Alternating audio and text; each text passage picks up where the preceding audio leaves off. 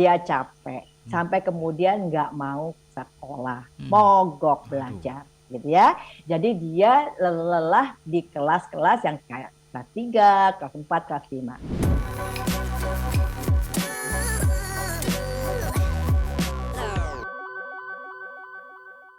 Kalau anak disekolahkan sejak dini, banyak orang yang khawatir nanti dia bosen sekolah karena selanjutnya dia akan sekolah terus tidaknya sampai lulus SMA. Menurut Bu Astrid gimana? Panjang, Bu. Oke, Perjalanan panjang nih, Bu. panjang, betul Bu Asyana benar ya. Pengalaman banyak sekali anak-anak yang stres, gitu ya. Ya. Tadi saya sempat diskusi sama Mas Yudi berkaitan sama standar tadi, Hmm. gitu ya.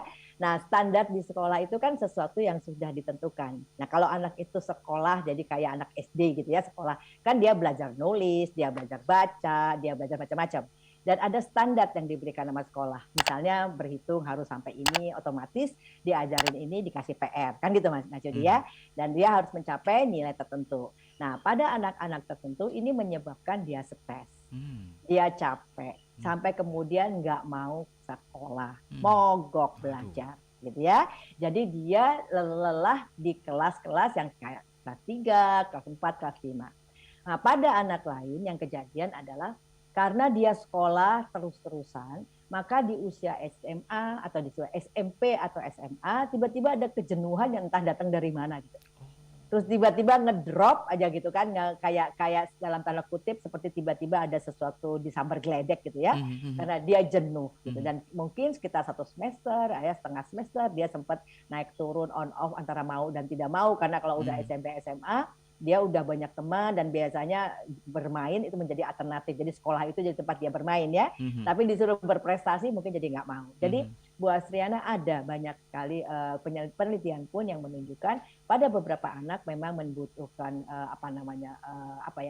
kebijaksanaan orang tuanya untuk secara sensitif peka ngelihat anak ini, karena mereka jadi jenuh, jadi bosan. Lalu mungkin ingin mogok sekolah pada usia-usia tertentu. Nah, terus kalau dicari jalan keluarnya bagaimana? Sebenarnya kuncinya sama dengan tadi. Sebetulnya prosesnya itu harus happy, gitu kan ya, harus menyenangkan.